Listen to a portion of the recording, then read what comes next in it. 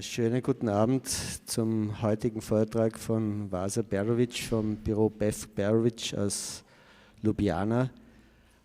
Falls jemand Laibach nicht kennt, es ist nicht nur wegen des bekannten Architekten eine Reise wert, sondern es ist mittlerweile wirklich eine unglaublich tolle Stadt, vom Plečnik an bis zur Gegenwart, vor allem von Projekten von Bevk Perović. Thank you very much for coming from Ljubljana. He is the same, has the same age like me. He studied in Belgrade and then at the Berlage Institute in Rotterdam. And since 1997, there is the office Bevk Perović in Ljubljana. They did a lot of projects, housing projects and other buildings. And thank you for coming and have a nice evening. And maybe there's a discussion after the lecture of you. Okay. Thanks. Thanks. This is probably for recording because I shout when I talk. Hi, good evening. It works? Okay. Good evening, everybody. Well, it's nice to be in Innsbruck. I've been here, I think, the year when this thing was opened. This was my last time here in this building. I'm just going to take this off. Okay. So thanks for having me here. Thanks for the invitation. Of course, it would be nicer if there would be not so much rain, but this is where we are.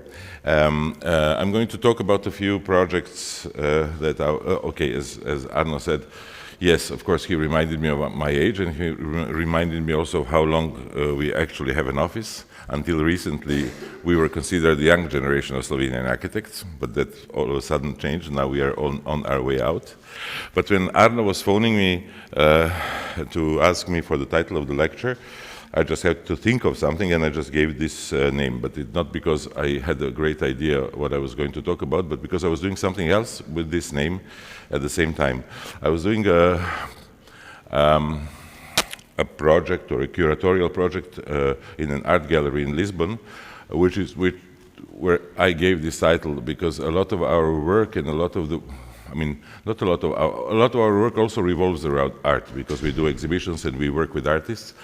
But it's also that we envy artists very often, and very often we look at artworks and look specifically at the precision with which the artists can do their work, which is very difficult to achieve with the works of architecture. And in this exhibition, which I'm going to show you just a few images, which I called Much Ado About Nothing, it was in Lisbon. I chose a group of artists who vaguely, either in a humorous way or in a very serious way, deal with the idea of almost nothing, either zero material or zero, let's say, zero visible stuff, but at the same time, in fact, manage to make very precise works. And it would be nice sometimes if we as architects would be able to be as precise as the artists. So I invited a few people, and this was a guy, a Spanish artist, Ignacio Bali, who did this kind of monochromes, failed monochromes from his studio, so failed paintings. That was the only work, the one on the left-hand side, that actually came from my house, around which I built the whole exhibition. It's a work of Remi Zaug, where he does the entire painting only with this kind of, I think in German you call it grund paint, so basically the paint which is under the actual image.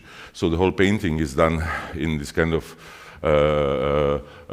something that is in itself supposed to hold the image. So anyway, and this was Karin Sander, of course, the male paintings. So anyway, this was what I was doing, and this is why I gave the title to a lecture. This is a guy who does the portraits, which are in fact brutal because they are the exploded airbags from the car crashes, and also this work, the one on the left-hand side, comes from my house. It's called the Salt Dreams. It's basically a mix of 50% salt and 50% sugar. So somehow I think that artists manage to make very simple things and be very precise in how to convey either the poetics of the work or the kind of thoughts that sit behind it. And very often we as architects don't manage to do that, or let's say we have the intention of doing it, but we don't manage to do it. And as I come from Slovenia, and I don't know, I mean, of course, up to Vienna. I think everybody knows about Plečnik. I don't know how familiar you are with Ljubljana and Slovenia and Plečnik, but I don't think I'm going to show any Plečnik images, but basically I come from Slovenia. I lived there for, as Arno said, already 25 years. This work is from Slovenia. This is another architect who was actually much more influential for us. His name is Oton Jugovec, an architect who did not such a great number of projects and died relatively young. I think if you talk about this idea of doing almost nothing as architects, or the idea of frame, this is Perugino painting, of course you all know it from the history of art. This is 1503, this is 465 years later. But they more or less talk about the same thing. This structure is covering the archaeological excavations. That one is framing a moment in, let's say, human history, or a supposed moment in human history. And this one is, but both of them are in a way this kind of the most basic expressions of architectural thought that manage also to be very precise in what they convey. This one manages to marry a prototypical model to an event. This one manages to transform this prototypical, let's say, rural model into something that is extremely modern. And this is also something that in ideal conditions, all of us as architects would probably like to do. We work in an abandoned department store in Ljubljana. We never had a big office. It's always never had more than 12 or 15 people, because we never managed to kind of, even though when we have a lot of projects, we basically are totally disorganized and work still as in a model of a studio, where both of us are involved in practically all of the projects. Of course, if you have an office for such a long time, like us, there is a number of projects that we do. We are also working on a few projects in Austria. We have a small office, one-person office in Vienna. We have a one-person office in, two-person office in Antwerp. So we have some Belgian projects, we have some Austrian, we are doing something in Switzerland, Czech Republic, and Slovakia. And of course, Slovenia. For many years, we didn't have any work in Slovenia, so now finally we are back. In our own country. This is a tower that we are currently constructing in Vienna. It's called the Schneewittchen. It's in Nordbahnhof area. I mean, we didn't give it a name. This is not supposed to be. It's just how it's called by the urban planners. And these are the two projects that, one of which I'm going to also show tonight, which basically are at the moment occupying very much of our time. After 13 years, we are finishing not because we are slow, but because the project was cancelled so many times. After 13 times, we are finishing the execution drawings for the extension of Plečnik's National Library. That's that thing. And this is National Theater, where we already started works on the reconstruction. Thinking what I was going to show today, of course, as Arno put this project on the invitation, of course, I have to start with something that we did in Austria. It's a project which was, I think, finished approximately, I would say, two years ago. It was built for the Landesausstellung in Wiener Neustadt, and it is some sort of, well, of course, it was built for the Landesausstellung. It had a very practical purpose to start with, but the idea of that project is that it becomes a kind of a cultural and community center for the city, a kind of a small Kunsthalle where the city could use it for very many different things. And there was a competition, I think invited competition, which we won. And we only had, I think, not more than 18 months to basically do the design and construct the building. Somehow we managed. I'm going to show you maybe also a little bit of the process. The actual location is the corner of the former fortification of Wiener Neustadt. So it's a corner of the, you can somehow feel the outline in the urban plan of the city. And it's a series of kasematen, of storages for ammunition. Of course, they were started sometime in probably Matthias Corvinus' age, but they were kind of changed and altered until the 19th century, late 19th century even. Most of the changes happened in the 17th century. So basically, this was the location.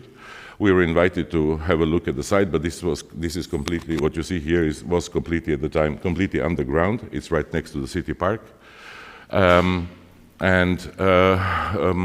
We were supposed to construct something in this area. That's the city park.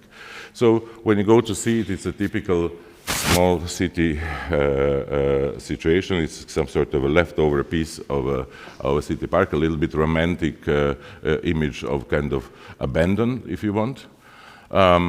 Like a typical small city. I think a few years ago they still had bears in these cages attached to the fortress. They were just empty when we came there. Now we are all much more human. This area was supposed to be renovated, and this was our proposal. And actually, I'm showing you here the actual diagrams from the competition where we proposed. They were it was relatively very open. There was a program, of course, but relatively very open. So I think the client ended up having a lot of projects which are actual buildings standing on top of this site or whatever. What we proposed was to basically excavate and bring the underground world of this kazematen back to the city. On one hand, to clean it up of all the added things, and then to add a few kind of, you could almost say, prosthetic devices to try to connect this structure back, or to weave it back into the city. So this was a diagram from the competition where we basically showed that we want to remove the soil all around the building. We want to demolish, these are the pieces from the 19th century, and then clean up the whole thing. And then somehow add two pieces. One thing was called the Welcome Center, which would be the, let's say, the funnel that would bring the people from the city into the structure, and then the Neue Galerie, a very clean space, which would be this kind of multi-purpose space for the city. We added these few pieces. There, some pieces of them are sunken and pieces of them are up. You can see how basically from the level of the city over there on the left-hand side, you slowly go down into a kind of an entrance hall of this welcome center, and then back into the underground spaces and out into back park where the new Kunsthalle space is. The tourist space, the tourist office or the ticket office, and then a large entrance into the cafe. So by sloping this piece of the city into the building, we actually got this kind of big open square, which could gain very many uses. And as I said, because I think sometimes the big pictures of the process are more interesting than the actual construction photographs. This was a kind of a joint work with the archaeologists and with the people from the Monuments Protection, because basically this area was never really investigated. This was the entrance into the kazematen, the black hole that you see over there. So they were continuously digging, and we were continuously evaluating things and bringing things back into our project. So the project was basically modified, I think, probably 100 times during the process of design and already in the process of construction. And you had to be ready to, this is our office visiting the construction site when you can already see the floor plan, and see what are going to become the future spaces. And this is the, let's say, the final moments when the square finally gets done in order to be able to enter into the city, the way to enter into the building in the kind of a soggy concrete situation. So you can see that our project basically had to, in very many places, ignore these archaeological excavations and kind of move away from them in order to preserve them for maybe some sort of future research and future generations. We used exclusively and only concrete, because the whole underground space is done in this kind of mix of stone and brick material, and we wanted to add the materials that are going to be obviously different from what was there historically. This is the entrance hall, the oculus above there, and the entrance from this entrance hall into this underground space. Finally, the invitation for your lecture today, the day of the opening, or this was, I think, already some time later, and our office visiting the project once it was actually finished. I think this is actually the total number of people in our office. So basically, the entrance hall, and then you go into this underground. So these underground spaces have more or less been renovated and repurposed to serve for the exhibition spaces in the beginning, but then afterwards now they are used by, all of these spaces are used by the alternative theater. This is used as a kind of a concert hall, and of course the lobby is used as an entrance to both. This is what the spaces looked like of course, in the 1990s, this was a kind of a disco. There were some radiators installed. It was a kind of a beer place. It was a bomb shelter, and this is how we found it in the beginning of the project. And basically, this is what happened by the time we managed to clean it. You can see that there are almost no technical installations in this building because everything, all the techniques are hidden in the floors, in the where you see the route, the walking route. The walking route is in fact a kind of carrying all of the installations. You don't see any of the fire lighting because the fire lighting is installed in these little things. You don't see any loudspeakers because they're also hidden in these little totems that we did. And you also don't see any of the ventilation because we used the ventilation that originally existed in the building. So these are these holes that you see on top, and we connected them and basically extracted the air through the 15th century system. We just gave it a mechanical upgrade. So this was this kind of strada coperta. So this was the street that actually, where we added the stairs because it was too steep, that was actually bringing all the ammunitions into these underground storages. You would walk under there, and then you would end up in spaces, storage spaces that originally looked like this, and at the moment where we cleaned them and prepared them for the exhibition, this is already this was not us. This was the people who designed the exhibition for this Landesausstellung, which was about mobility and about transportation. Going from there, we inserted a Kunsthalle space in the back of the whole complex as some sort of an extension. That also meant that we had to practically dig out the entire fortress towards the exterior, let's say. Install a complete floor of installations. What you see here is practically mechanical installations floor. This is one enormous machine room for the entire complex, and then build on top a kind of this kind of neutral space for the Kunsthalle, or for this kind of multi-purpose space. We only have steel structure in the roof and then the steel cladding on the exterior. At the moment where you're looking at this space, we are actually 5 meters underground. So the building sticks out very little from into the space of the park. So there is this kind of a slope that brings you back from this space of the Kunsthalle back into the level of the park.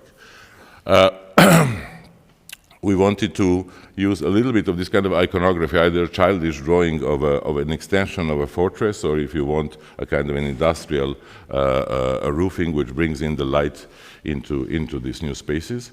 And finally starts working with, so you can see that the building is actually very low, so you can actually almost touch the roof if you're standing next to it. And somehow completes in a very childish way, in a very naive way, deliberately naive way, somehow the contour of this renovated fortress. The project was very well received. I don't know how much to use it now. Last time I tried to go in, it was closed.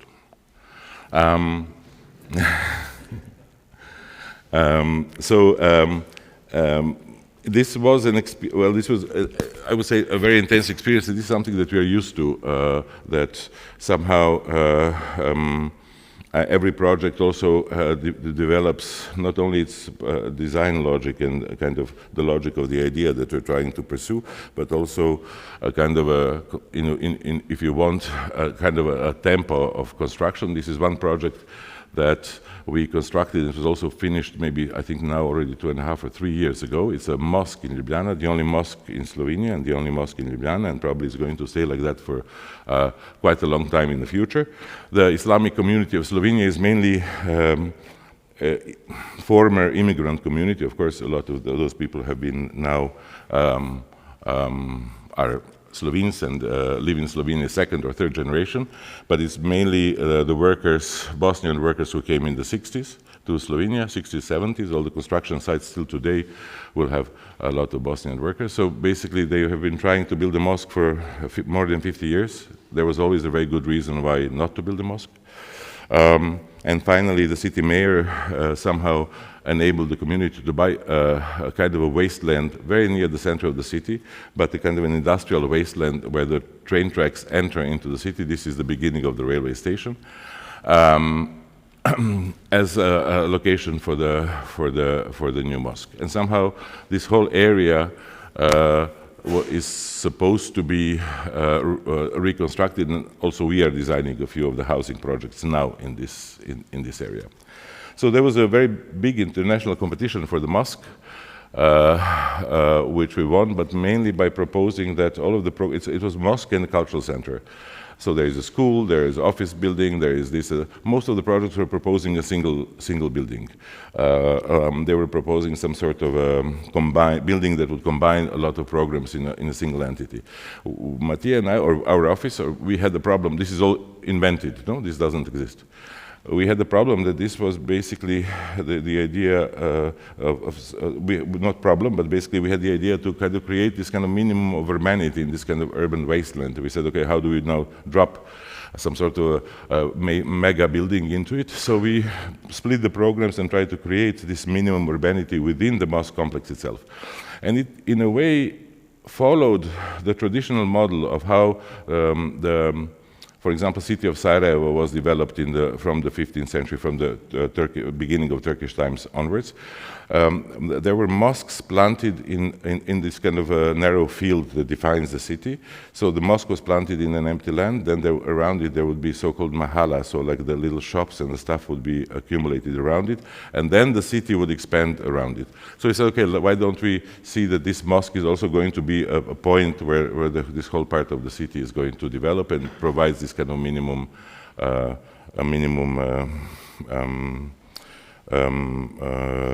urbanity. There was this, of course we had no idea none of us are Muslim, and basically had no idea of either the religion or the history of the religion or the history of the architecture, so it was a learning process when we were doing the competition. We found there was one mosque which was built for the Austro-Hungarian soldiers somewhere high up in the Slovenian mountains in First World War by the Austro-Hungarian Empire for the Bosnian fighters. But that one is long gone, so ours is the first one. And also we looked at the examples. This is a famous Gazi Husrev Beg mosque in Sarajevo, from which we were trying to learn some things about the kind of the whole process and about how the things and the structure work. Splitting the mosque into essential pieces also meant, you see the little gray circle in the middle, that we also separated the minaret from the actual volume of the mosque. And the buildings, the way we arrange them, just are basically arranged on furthest possible edges of the site. That is the apartment building on the left hand, office building, school building, ablution space. It's the space where you wash yourself before the prayer, which is separated from the mosque, and then the mosque space itself. There is a triangular park which is sunken by one floor, because underneath here we try to hide the halal restaurant. We didn't want to have it on this kind of empty square. So in a way, this kind of large triangle that the Islamic community was given the entire thing became simultaneously a building and a series of five buildings. These are the images that we actually did in the competition, where we tried to show that model. I'm just showing them as some sort of introduction, and then something when we were trying. This was a drawing much later, where we were trying to define for ourselves how to do the cupola of the mosque. Right from the beginning, already in the proposal, we had this idea that somehow cupola is the most, let's say, powerful or symbolic element of this kind of religious program, if you want, whether it symbolizes the sky, but it's also had to do with this idea that we thought that the religion is something that we as people, if we have it, carry within ourselves, and it basically has no weight. And we always thought that these cupolas of the mosques are always this kind of super heavy construction. So we proposed a cupola which would be made out of textile and suspended inside, more like a tent, inside the space of the mosque. Much like, for example, this example on the left-hand side are the Persian warriors from the 15th century. who were carrying the mosques as tents across the Asian peninsula. So basically, as they were moving across, they were actually carrying the mosque tents. Or this is a very interesting South Korean artist, Do Ho-soo, who basically remakes his elements of his house, the house where he comes from in Seoul, remakes it and carries it out around and exhibits it, in this case, in museums. But this is the staircase of his house, together with this kind of cable for electricity and the switch, in this kind of very, very fragile materials. And this is what we were proposing also for this mosque, that basically the main element of the mosque would be also the lightest element of the entire construction. The process of construction took 6 years, because there were points where for 1.5 years there was no money, so we were basically working with volunteers on the construction site, with people, mainly Bosnian people, who were donating their time to the mosque. So we had to, and then in the periods where there was zero money, and then in the other periods, of course, when there was money, we were constructing with the real contractors. So this somehow is all built into this. The process somehow also became part of the building. I can show you a few pieces that we did in this kind of way. The construction site is huge, even though it's split into 5 buildings, but you can see the surroundings are this kind of leftover industrial wasteland. We also had to make a lot of concessions. In the initial project, we were proposing that this ornamental structure that you see surrounding the mosque is actually the structure of the mosque, and it is also in the end product. But in the beginning, we were actually designing the entire ornamental structure as a structure, no? And finally, we discovered that there was only one shipyard in Italy that could produce this structure, and of course the cost was so prohibitive that we had to redesign everything. So this is now the alternative structure, where only the outside of this, of course, is still structural. The rest unfortunately is ornamental. At some points the construction site, because the cube of the mosque is, I don't know, 40 by 40 by 30 meters high, looked like Hong Kong bamboo construction. And finally, as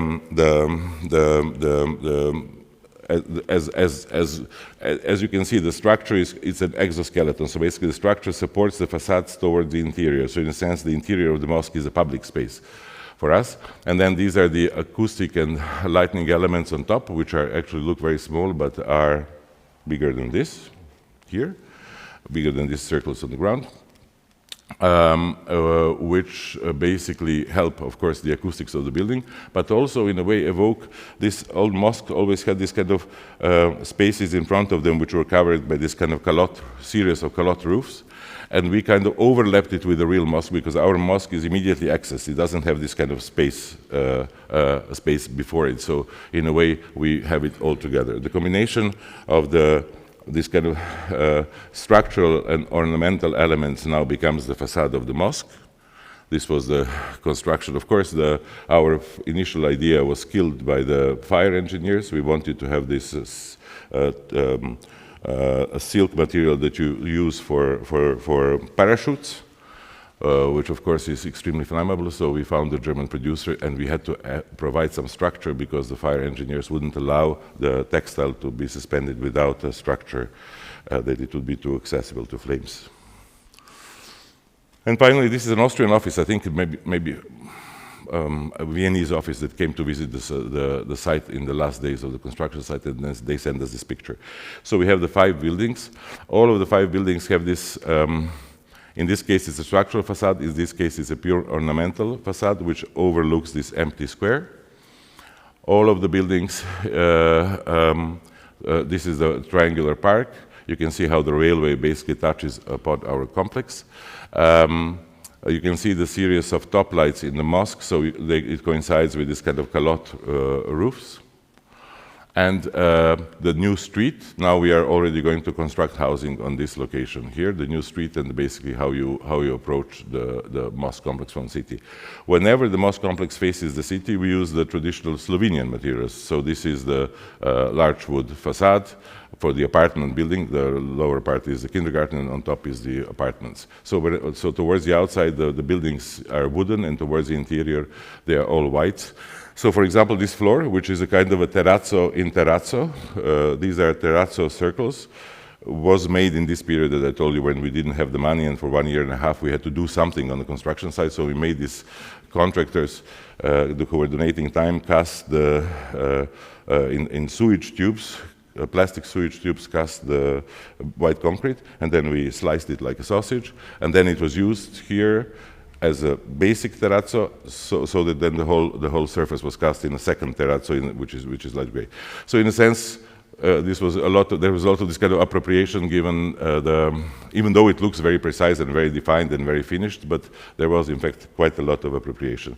The whole ground floor of the mosque can open up towards the square, so in the summer, when there are holidays, there's prayers also in front of the space.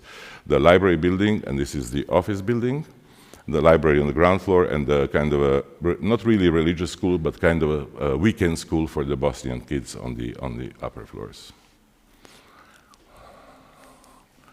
The interior of the mosque on an empty day, a women's gallery, and then a separate minaret, which somehow raises from the ground. This is also what we did with the small contractors. We actually spent months doing the casting to cast the concrete as if it's coming out of the ground. We didn't use any of the CNC and stuff that we used in Wiener Neustadt. This was all handmade. And the prefabricated cone on top was flown by helicopter. So the park, which drops down into the large cafe, halal cafe on the ground floor, so somehow this more or less sacred space in front of the mosque remains there. Now, I think this is somehow, probably, a movie, no? This is maybe a movie that maybe gives you a little bit more idea. We don't have to, it's 1 minute, I think, or 1.5 minutes, but it gives you an idea of the wilderness around and of the way that the building actually works today.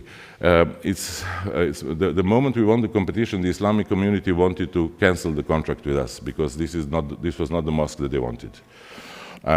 It took a lot of convincing, and finally we found an ally in the Mufti, the head of the Islamic community in Slovenia, and he managed to kind of talk to his people and to convince them that the mosque should be somehow, can be also contemporary.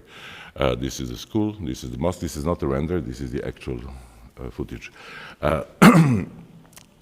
So basically, people were not recognizing it as their village mosques, but finally, finally when it was finished, now the whole community is extremely proud. Okay, obviously I don't have power over this. The community is extremely proud of the mosque, and somehow they really not only love to use it, but basically bring families come over on Saturdays to kind of visit the building, even if they're absolutely not religious. So another project that I wanted to show today, again, it comes from this kind of public sphere and is a project that we lost. It was a competition, competition for a Philharmonic, Prague Philharmonic, which we did last year. And it was won by Big, and I think we were the third prize. I think Baroci Vega was second. And it was a kind of a project. Just a few months before this, we also won the second prize for the Philharmonic in Belgrade. So somehow felt, let's say, confident enough that we can try to do a little bit of these bigger, larger public buildings. And we liked the idea that Prague was very ambitious about making some sort of, let's say, a landmark work that would kind of come into this, in between this railway and the main street, and then be part of this very large urban plan of the redevelopment. This is, by the way, this kind of main transversal street, I forgot the name of it, that runs through the Prague from Václavské náměstí past the railway station into this part of the city. So the idea of the city authorities was to bring let's say, the Philharmonic also towards the river and make it a kind of a new symbol of the city. We basically proposed, this is a very quick project, what we proposed was to we were looking at all these kind of medieval roofs of the Czech castles with this kind of very, very steep roof. So we basically proposed a huge roof under which, in the size of a skyscraper, we would put three halls, one on top of another, a main hall coming on top, knowing that it's a logistics nightmare to bring 3,000 people up into the air on the level of 35 meters, but still. So that basically we proposed a very, very condensed program and very, very large square in front. To give you the idea, the building is, I think, 63 meters high, so it's a height of a 20-floor building, but has only, I don't know, 6 floors maybe. And you can see the 3 halls come on one on top of another. And then we propose these roofs, which would be, of course, the Czechs still have this very relative, not sophisticated, but I would say very active glass industry. So we propose this kind of a cast glass roof tiles that would come off this large tower and open up on the corners. So it would be a kind of a tower, but then also a sloping roof at the same time. And you can see the X is the large staircases that would bring you from the ground floor, the escalators, and then the lobby, it would be this roof space. The main foyer is the thing halfway through the building. The ground floor, the pink stuff that you see is the public spaces and kind of completely surrounded by shops and kind of retail. And then the hidden inside is already the first of the halls. As you go up, you get all the, this is still the ground floor. The first floor, or the first level above, or second level, as you can see, is the beginning of the second hall, but you can see all the other management offices and changing rooms and rehearsal rooms around. The blue are the service spaces. Then you go further up, this is the second level of the first level of the main hall. And then the lower level of the main hall, so basically it's a kind of a vineyard model, so in the lower level you enter on the level 5, and on the level 6 is a complete foyer surrounding the entire building, and the main entrance is into the new music hall. The roof with another open air, because we are so far away from the city that you could actually also imagine that there could be an open air concert up on top of the roof at the height of 60 meters. As I said, we came up third, but this was in a way a very quick project, and we really wanted to figure out how is it possible to somehow maybe re-articulate some sort of historical models into a new project and a new building. So a kind of a turnaround image of Philharmonic. This is, and then I think I'm going to show. Oh, okay. I know what is next, but this is a quote. This is a quote of Erwin Panofsky, which Hans Ulrich Obrist used in one of the interviews some 10 years ago when we found it in one of the magazines or books. And of course, I'm sure that you know it. We often invent the future out of fragments of the past, and how we basically rearrange these fragments and understand what the fragments of the past are is what makes maybe a piece of architecture. And a lot of our work, as you saw with Wiener Neustadt, works with actual historical situation, or sometimes we think that we also work with a kind of that also the history of typologies is also part of the past of the projects, that not necessarily just archaeology and whatever. But this is a project that deals with a few models of the past. One is the upper red dot is the famous Plečnik's National and University Library, and the lower red dot is the parking lot, which is going to be the new library.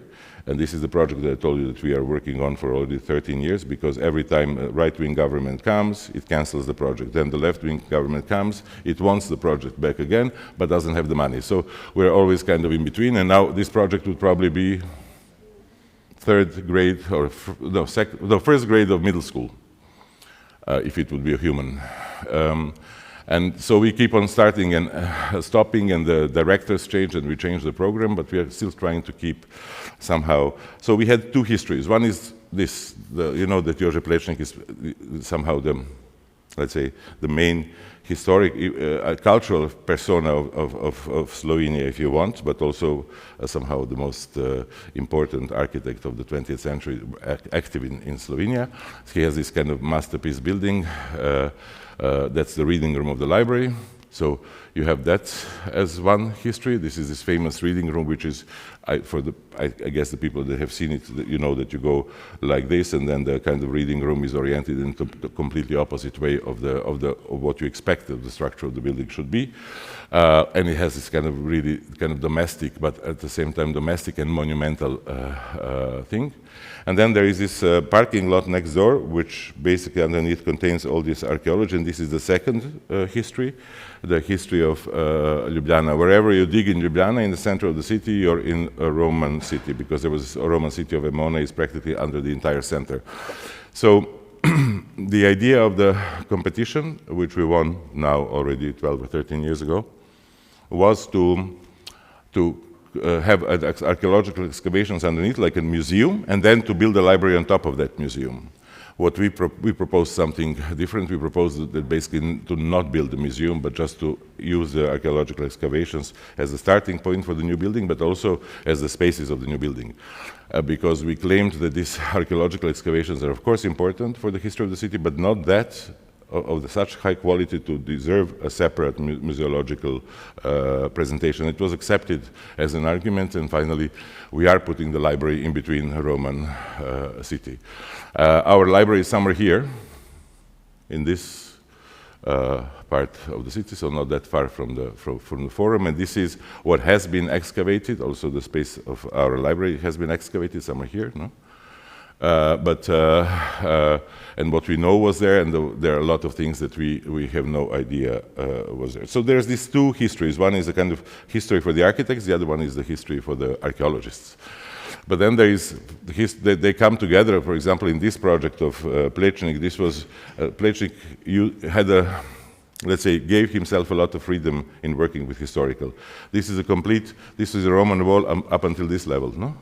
And then what you don't see here is there are these kind of little stones that are laid on top of the Roman excavations, and from that moment onwards, Plečnik constructs his own history. So this pyramid is a complete invention. All of this kind of, so basically he had this kind of, well, he gave himself freedom, but he had also this kind of richness of expression that basically he completely ignored in a way, in a kind of classical, let's say, monuments protection way, the historical, and build it into something new.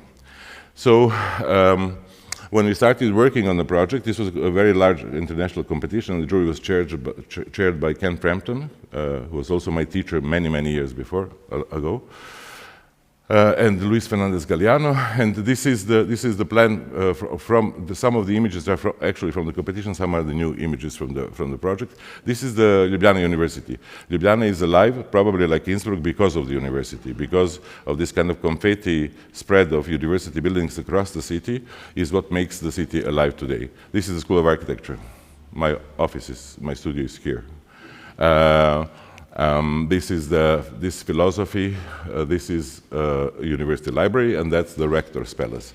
But there is not a single element of the university campus that actually is common to all of the students of the university. Of course, everybody tells you, oh yes, we study at the University of Ljubljana, but you know your school. You don't. So this building should somehow become the central building of the entire university, and I think part of this confetti. So this is the idea of the proposal of the competition was to close the whole city block. We decided not to do that. We decided to basically make a project that would oscillate in terms of structure and in terms of articulation of spaces in between the Roman excavations and the 19th century grid that came on top of it.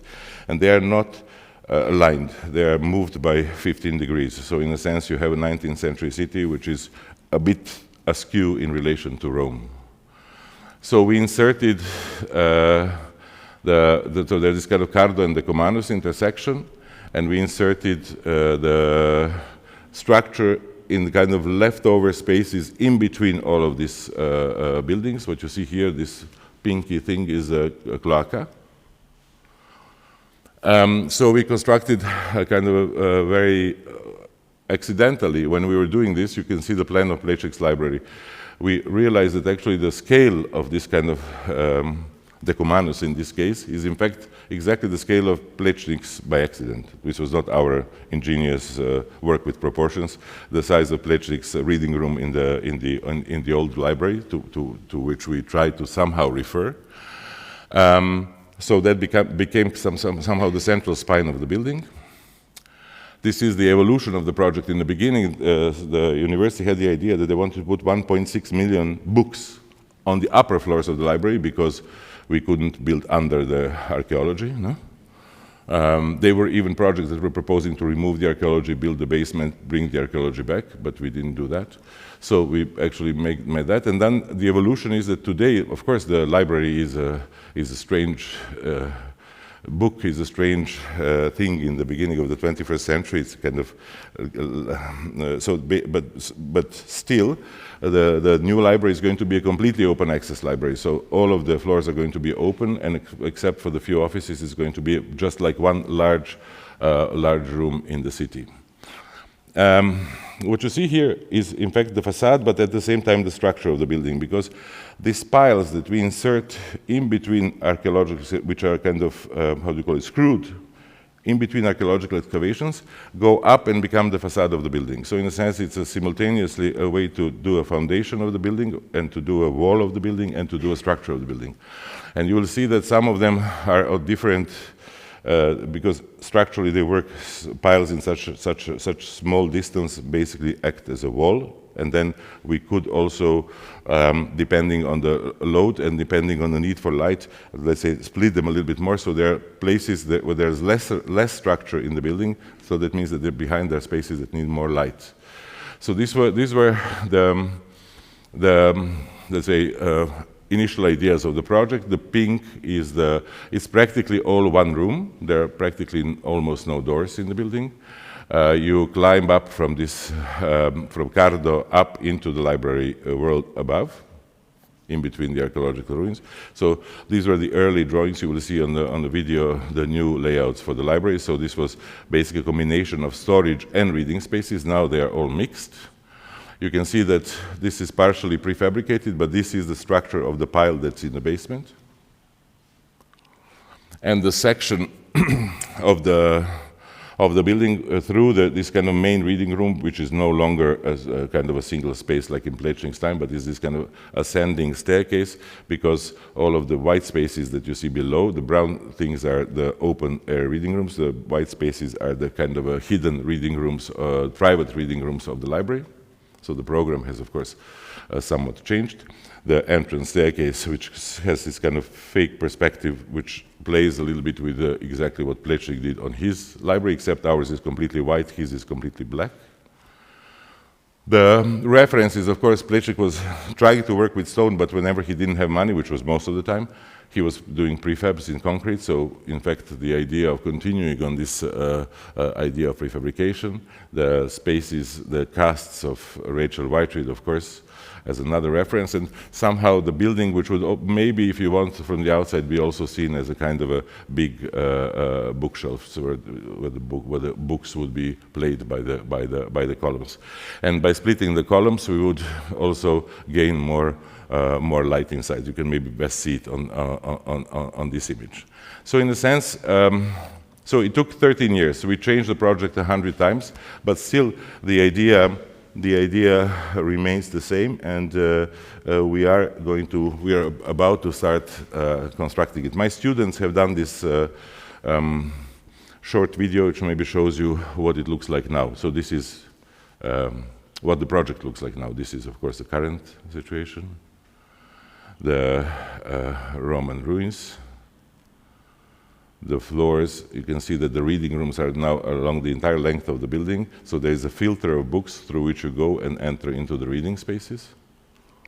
This is, in fact, going to become some sort of a social platform for the university. Of course, they're going to have all the digital access to the entire storage of the library, which is millions of books, which are placed in a storage outside of the city. But you are going to have the digital access to everything once you are with an iPad within this building. You enter the building by going underground, into the space of the ruins, but this is the lobby, and in the back, now this is not in the project that you saw before, is a kind of a lapidarium, so now we are excavating this part, because this archaeology is not excavated. You go up the stairs, all the lower spaces are this kind of reading spaces for the newspapers and stuff like that, more like a kind of devoted to the city, and then you go up, this is already starts, here already the student spaces start.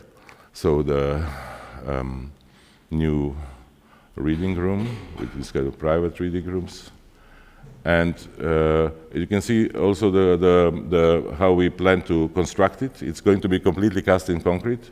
There's not going to be, I think Knauf is not going to make any money on it, because there are no partition walls, no nothing. All of the only material that we plan to use is practically the whole thing is going to be cast like a ruin, a piece of concrete standing in the city with a few doors to enter it. There are a few glass partition walls, but there are no indicators you see there are no lights in the building, because all of the lighting is going to be on the pieces of furniture. There are no,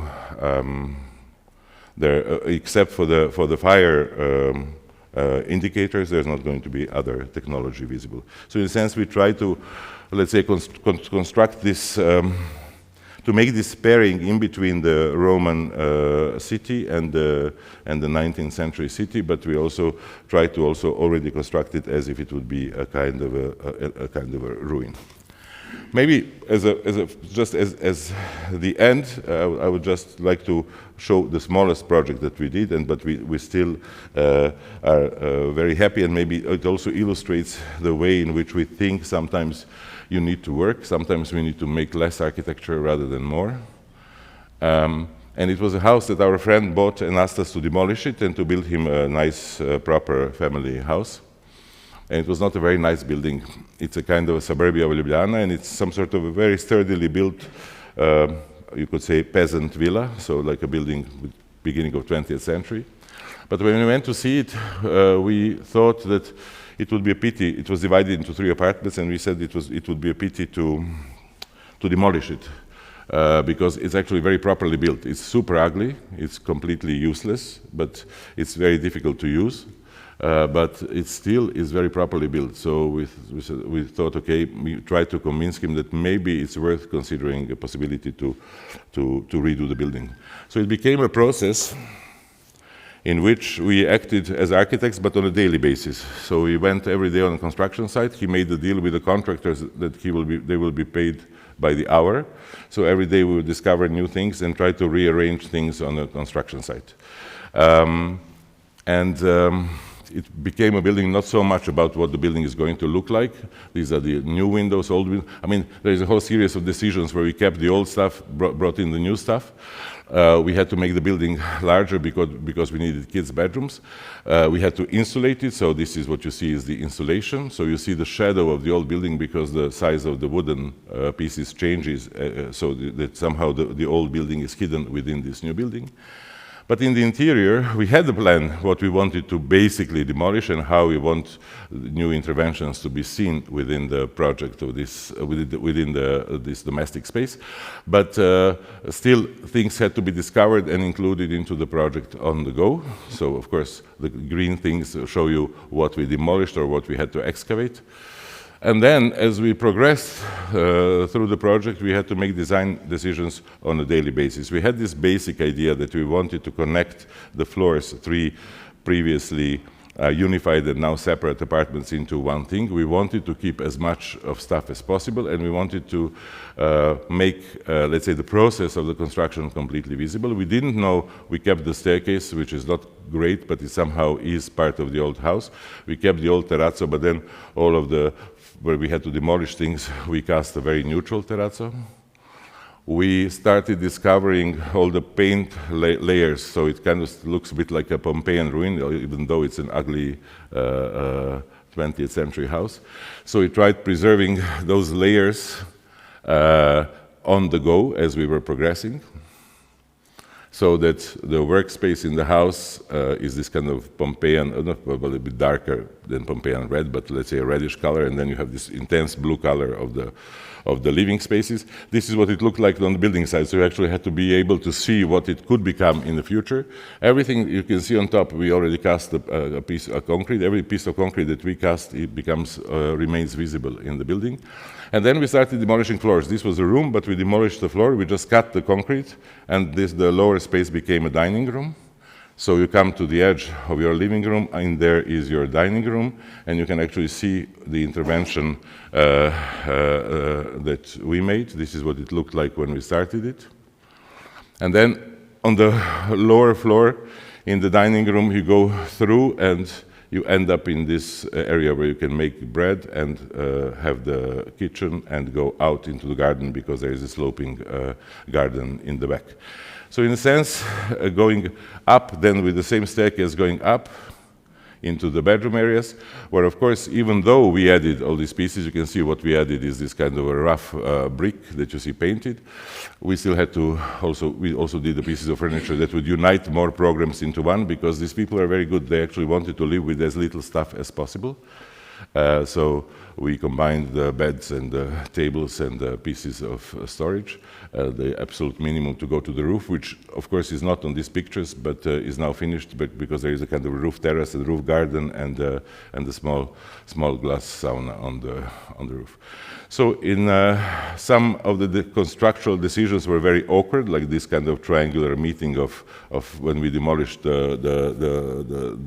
this is a reading room, this is a kind of a library, so there is just this little nook with a view towards the garden. For us it was very important we were not obsessed about current obsession with kind of making things as green as possible and being as sustainable as possible. This is sustainable as a consequence, but it was more a decision that there's a lot of buildings that still are worth somehow preserving, or in one format or the other, and they could be basically recycled and maybe become even more exciting than